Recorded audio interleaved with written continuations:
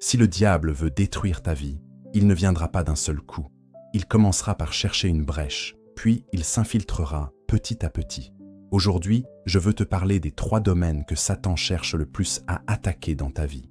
Premier, tes inquiétudes. Satan aime te voir anxieux, sans sommeil, perdu, dans tes pensées. Car lorsque ton esprit est rempli de « comment je vais faire ?» et si, il devient très difficile de rester dans le calme pour entendre la voix de Dieu. Les factures, l'avenir de tes enfants, la pression au travail.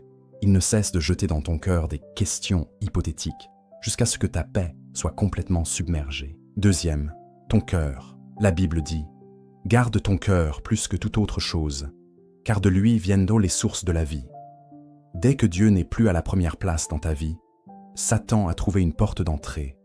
Voilà pourquoi nous devons aimer Dieu de tout notre cœur, car l'espace que nous laissons vide sera tôt ou tard occupé par autre chose. Troisième, tes pensées.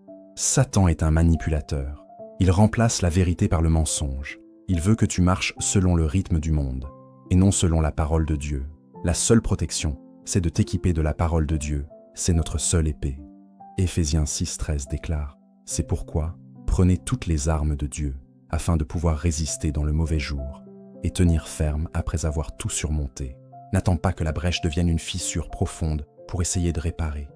Souviens-toi, le diable peut te tenter, mais tu peux choisir de ne lui laisser aucune place.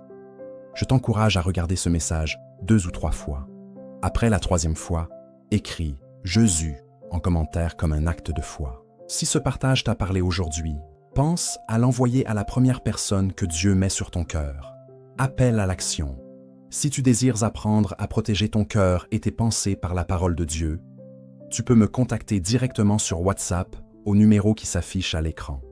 Chaque soir, nous étudions ensemble la parole de Dieu pour nous préparer au retour du Seigneur.